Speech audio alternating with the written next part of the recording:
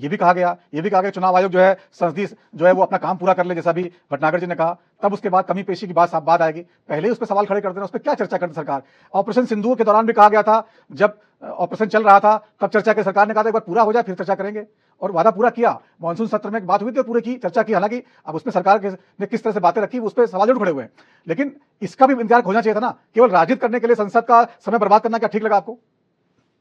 देखिए, सबसे पहले नवीन जी एक बात समझनी होगी कि जब बात हो रही है एसआईआर की, अगर उसमें कोई भी स्पष्टीकरण निकलता है तो फिर ये सदन, ये लोक सदन हो चाहे राज्य सदन हो, दोनों ही सदन के सारे चुने हुए नुमाइंदे पे सवालिया निशान होता है।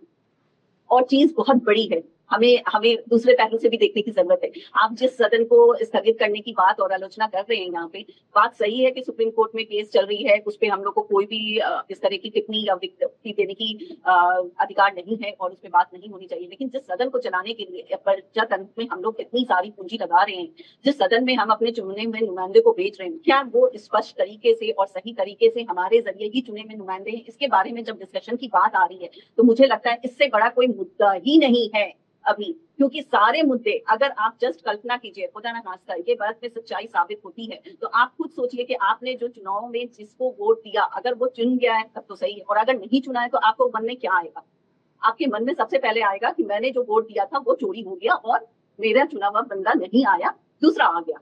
ठीक है, तो ये सिर्फ एक इलेक्शन या एक वार्ड इलेक्शन या एक पंचायत इलेक्शन नहीं, ये पूरे इंडिया लेवल के इलेक्शन के हर एक जगह का फिर सवाल उठेगा।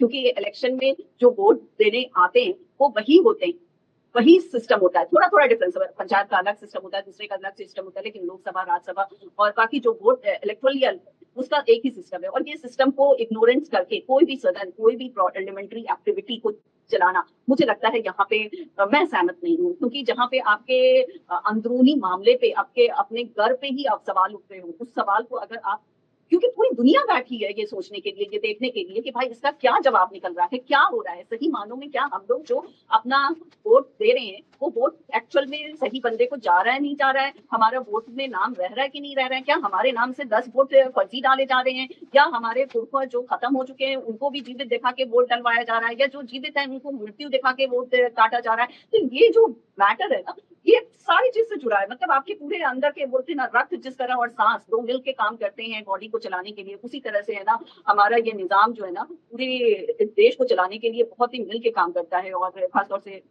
जो अभी सिंदूर वाली एक्टिविटी हुई थी, देखिए हमारे सारे नेवी, आर्मी सब उसमें एक्टिवली पार्टिसिपेंट थे। तो उन्हें वो हमारे देश की सबसे बड़ी पहचान क्या है? हमारे फार्मर्स हैं, हमारी आर्मी है, हमारी नेवल है, हमारे एयरफोर्स है, ये हमारी मेन पहचान है। मुझे आज भी याद है कि जब हम लोग का देश आजाद हुआ था तो हम लोग को जो सबसे पहले जो हमारे पेरेंट्स के जरिए जो एजुकेशन मिला था, वो मिला था हर एक दाना को सेव करके चलना है। क्योंकि हमारे देश ने वो टाइम देखा था कि जहाँ पे हमें अनाज को निर्यात करना पड़ता था, और देश ऐसे भी थे जो उन्होंने निर्यात मतलब राइस और ये सारी चीजों को बेचने से मना कर दिया था, और भेज भी रहते थे इतनी ज्यादा हाई रेट्स पे और बिल्कुल ही ना वैल्यूबल क्वालिटी, जो कि हमें तो ये सारी चीज को हम भूल नहीं सकते। और इन चीजों को ही देखते हुए सिंदूर और ये एसआईआर दोनों ही बहुत ही लेकिन जकिया जी देखिए, सिस्टम होता है, लोकसभा का स्टम होता है, उसमें पहले तय होता है कि किन किन विषयों पर चर्चा होगी, उसी के तहत विषय उठाए जाते हैं। तो जिन विषयों पर पहले सहमति बन जाती है, वही अचानक अगर कोई मुद्दा उठा दिया जाएगा तो स्पीकर साहब को दिक्कत होती है। हालांकि सरकार बातचीत करके उठा सकती है मुद्दा,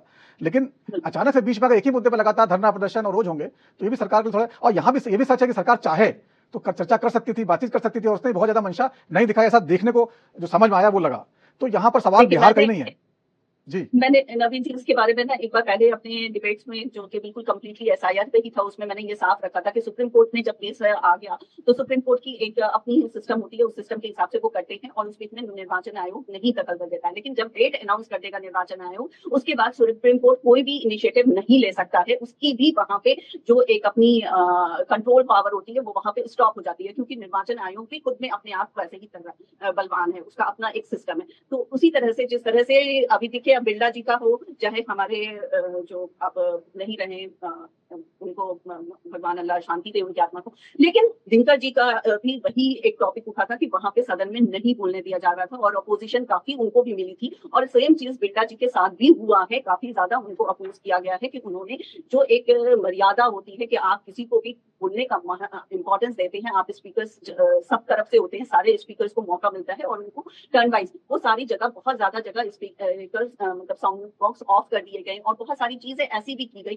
जो डेफिनेटली अपोजिशन के लिए, क्योंकि देखिए समाज में अगर आप गलत हैं तो जब तक आपको कोई गलत कहने वाला नहीं होगा आप खुद इस गति को ना समझिएगा ना सुधारने की कोशिश कीजिएगा। तो अपोजिशन का बहुत बड़ा रोल होता है एक सोसाइटी के निर्माण के लिए, और उस अपोजिशन को अगर ये बोलने का मौका नहीं दिया जाए तो डेफिनेटली वो कहीं ना कहीं अपनी इस अस्वीकृति को जाहिर करेगा, और वही एक अस्वीकृति को जाहिर करने का तरीका था जो आज लोगों ने बहिष्कार किया। ठीक है संदीप चौधरी साहब, देखिए पूरे सत्र में जो कुछ हंगामा हुआ लगातार हमने भी देखा, आपने भी देखा, और सत्र के अंतिम दिन आज जो स्पीकर साहब ने आखिरी बैठक में विपक्ष को बुलाया था, चाहे होने के बाद सारे लोग नाराज हैं, उनका वोट चोरी हो रहा है, ये मुद्दा राहुल गांधी जी की सभाओं में भीड़ लगातार बढ़ रही है।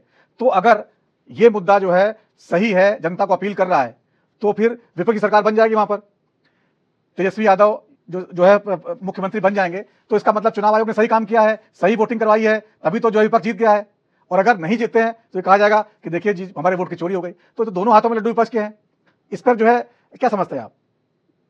रविंद्र जी, मैं थोड़ा सा आपको है ना यहाँ पे आकलन के जरिए ये चीजें बताऊंगी कि पहला चीज आप समझिए कि जो वहां पे अभी राजनीति चल रही है, एसआईआर के साथ साथ जो राजनीति चल रही है वो खुद में अपने आप में एक बहुत चैलेंजिंग चल रही है, क्योंकि यहाँ पे सिर्फ विपक्ष और सत्ता पक्ष की बात नहीं है, यहाँ पे इसके अलावा भी बहुत सारी इंडिपेंडेंट पार्टी है जो इस टाइम में फुल स्ट्रेंथ के साथ लड़ने की बात कर रही है, और ये खुद में एक वोट काटने का बहुत बड़ा रीजन रहेगा। फॉर एग्जाम्पल आप आम आदमी पार्टी अपनी तरफ से पूरी बल से लड़ने की बात कर रही है, उसी तरह से एलजेपी भी अपनी तरफ से, अगर आप एनडीए की बात करें तो वहां से निकल के वो खुद से लड़ने की बात कर रही है।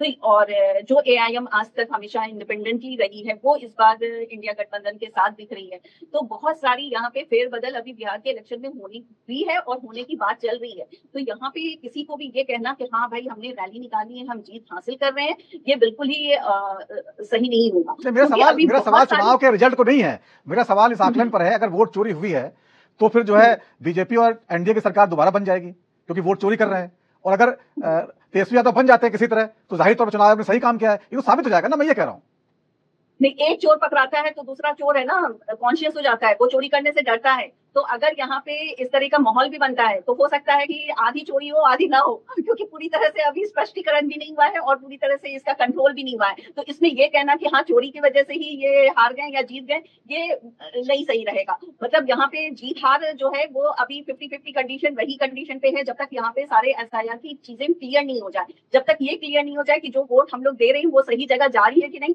या जो वोट काटने के बाद हो रहा है 65 लाख उसमें सही मानों में वो लोग खत्म हो चुके हैं या वहां स्टेट छोड़ के अपने दूसरे स्टेट में अपनी वोटिंग लिस्ट में नाम करवा चुके हैं, वो स्पष्ट होना बहुत जरूरी है। तब तक ये सारी चीजें जब तक स्पष्ट नहीं होती है, अगर ये हार जाते हैं तो भी इनकी बात वहीं पे अटकी रहेगी, और अगर ये जीत जाते हैं तो भी इनकी बात वहीं पे अटकी रहेगी। फिर इनके लिए बहुत जरूरी है कि ये पक्ष में आने के बाद इसकी पूरी तरह से छानबीन कराए। यहाँ पे मैं कुछ बातें उठी थी उसकी बात में मैं जवाब देना चाहूंगी, इसमें एड ऑन करना चाहूंगी, क्योंकि प्रदीप जी ने बहुत सारी बातें कही, अमृता जी ने भी बहुत सारी बातें कही, उसमें कुछ बातें ऐसी थी जो मुझे ऑब्जेक्शनल लगी। एक तो कि संविधान के तहत जो भी काम होता है, जैसे हमेशा उठ रहा है कि भाई वहां पे पानी की बात की जरूरत थी, बिजली की बात की जरूरत थी, ये सारी बातें नहीं होने दी गई सदन में।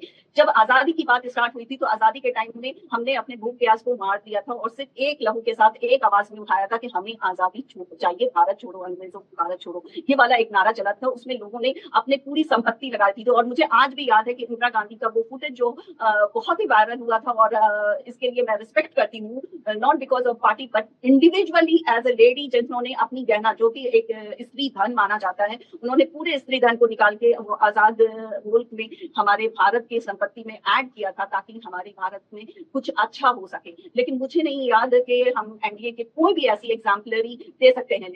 लेकिन यहाँ असम का एक बहुत बड़ा एग्जाम्पल अभी सामने जो आया है, जो 3000 बीघा जमीन बजाते अंबानी को ट्रांसफर कर दिया गया है, जिसको खुद सुप्रीम कोर्ट में जज पैनल जो थे, जज थे, वो शॉक्ड थे टू हियर कि एक प्राइवेट कंपनी को गवर्नमेंट की इतनी बड़ी प्रॉपर्टी कैसे दी जा सकती है। तो ऐसा सिर्फ एक एग्जाम्पल नहीं है, जहां पे ये सारी चीज चल रही है ना, वहां आप पानी का सवाल, पानी तो आज प्राइवेटाइज हो जाएगा। नहीं, आप समझे नहीं, वो पानी का मुद्दा नहीं था, वो संसदीय क्षेत्र का मुद्दा होता मैं है। वही कहना चाह रही हूँ कि मुद्दा यहाँ पे जो उठाने की बात हो रही है ना, तो मुद्दा तो तब हम लोग उठा पाएंगे ना जब वो हमारे अपनी कंट्री का चीज हो। वो प्राइवेटाइज हो गया, कल आज वो अंबानी के पास है, कल वो अंबानी जी को लगा कि नहीं हमें इजरायली कंपनी को बेचना है, वो तो अंबानी को गलत तरीके से दिया जा रहा है, तो कोर्ट पे तो है ना, सुप्रीम कोर्ट है, हाई कोर्ट है। बिल्कुल कोर्ट है, लेकिन कोर्ट है समझिए। आज कोर्ट में जो एसआईआर का केस चल रहा है, उन्होंने फटकार लगाई और सारे जो इंडिया के लोग हैं, चाहे वो गरीब हो चाहे अमीर हो, अगर उनके आंख में कुछ भी एक ऐसी स्तंभ बची है जिसके सहारे वो यहाँ पे अपना आवाज उठा रहे हैं, वो कहीं ना कहीं वो कोर्ट है। ठीक है, समय कम बचा है, मुझे अभी संदीप चौधरी से बयान लेना है।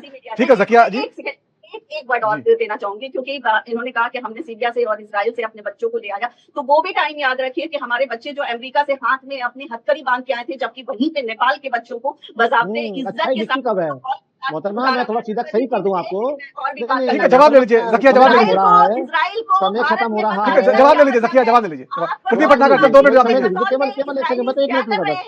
क्या मैं एक मिनट लूंगा। उठ के बोल देंगे कि यही मेरा गिवन प्रॉमिस लैंड था, तो क्या भारत उन्हें प्रॉमिस लैंड के नाम पे कसौल और बाकी जो हिमाचल का इस्राइल हमारा दोस्त है, इस्राइल के लिए साथ खड़े और रहेंगे।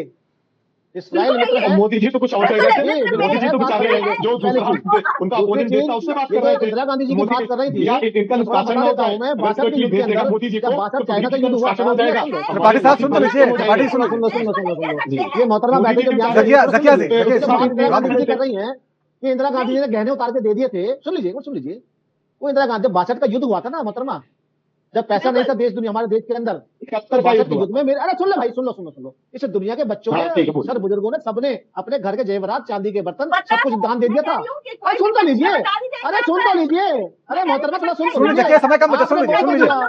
नवीन जी बोल दो जकिया परवीन, वो दौर बीत गया, उस दौर में बहुत सारी बातें ऐसी हुई थी। चिल्लाइए मत बोलिए, सुन लीजिए। देखिए, जब ये दान इकट्ठा हुआ था तब युद्ध रुक चुका था। दान आते ही पूछिए कांग्रेस से, वो सोना चांदी कहां है जो युद्ध के नाम पे इकट्ठा करा था? पूछिए 62 के युद्ध में जो 250, 150, 200 जो जीप आई थी, जिसका जवाहरलाल नेहरू ने कमीशन खाया था। ठीक है, प्रदीप भटनागर विषयांतर हो रहा है, आरोप प्रत्यारोप बचा रहे हैं, आखिरी सवाल। ठीक है, बात करते आ रहे हैं, प्रधानमंत्री का कोष खाने वाले लोग ये पंडित नेहरू पे उंगली उठा रहे, जिनका ठीक है, अमरेंद्र त्रिपाठी आरोप प्रत्यारोप का विषयांतर हो जाएगा। संदीप चौधरी साहब, आखिरी सवाल संदीप चौधरी जी, क्या वोट चोरी के मुद्दे में सरकार को और गंभीरता सोचना चाहिए, क्या कुछ कर सकती है? सत्र खत्म हो चुका उसके बाद। ठीक है, आखिरी सवाल संदीप जी। अमरेंद्र त्रिपाठी जी मुझे रोकना पड़ेगा, अमरेंद्र त्रिपाठी रोकना पड़ेगा मुझे, विषयांतर हो रहा है, विषयांतर हो रहा है, अमरेंद्र त्रिपाठी विषयांतर हो रहा है, ध्यान रखिए। अरे कुछ नहीं दे पाओगे आप। ठीक है, संदीप चौधरी बोलिए। तो गलत बोलोगे आप। प्रदीप भटनागर जी, त्रिपाठी जी, प्रधानमंत्री का अपमान करोगे जिसको इतना बड़ा मैंडेट मिला हो। अमरेंद्र त्रिपाठी जी, ऐसे अपमान रोज सोशल मीडिया पे कर रहे हैं आप लोग एक दूसरे का, शांत हो जाइए, उनको बोलने दीजिए। संदीप चौधरी नहीं, बिल्कुल नहीं, देखिए ये ठीक है, लेकिन एक तरीके से किसी स्वतंत्रता संग्राम सेनानी का इस तरह अपमान नहीं होना चाहिए। बिल्कुल नहीं होना चाहिए, भारतीय जनता पार्टी के लोग 50 वर्षों से झंडा नहीं फहराते। समय खत्म हो जाएगा त्रिपाठी साहब, समय खत्म हो जाएगा, संदीप जी को बोलने दीजिए। ज्यादा शौक है तो वैसा बता दिया स्टार्टिंग कमेंट में, मैं बिल्कुल वैसे आपको जवाब जवाहरलाल नेहरू जो है देश के प्रधानमंत्री पहले ऐसे अयाज थे जिन्होंने हवाई जहाज ब्रिटिश से किराए पे मंगा के। देखिए, विषयांतर हो रहा है, और ये बहस का विषय नहीं है। आप लोग जबरदस्ती जो है पार्टी की सच्चाई है। 65 रुपए की पेंशन ले रहे थे अंग्रेजों से, तो उनको होती है पंडित नेहरू को जलन होती है, क्योंकि उनको देश विदेश हर जगह ख्याति प्राप्त है। पंडित नेहरू जी ये करते थे, लेकिन आखिरी में उनके चरणों में नतमस्तक होना है। यही भारतीय जनता पार्टी की दोहरा चाल चरित्र चला आया। विदेश में जाएंगे, लेकिन यहाँ भारत आएंगे,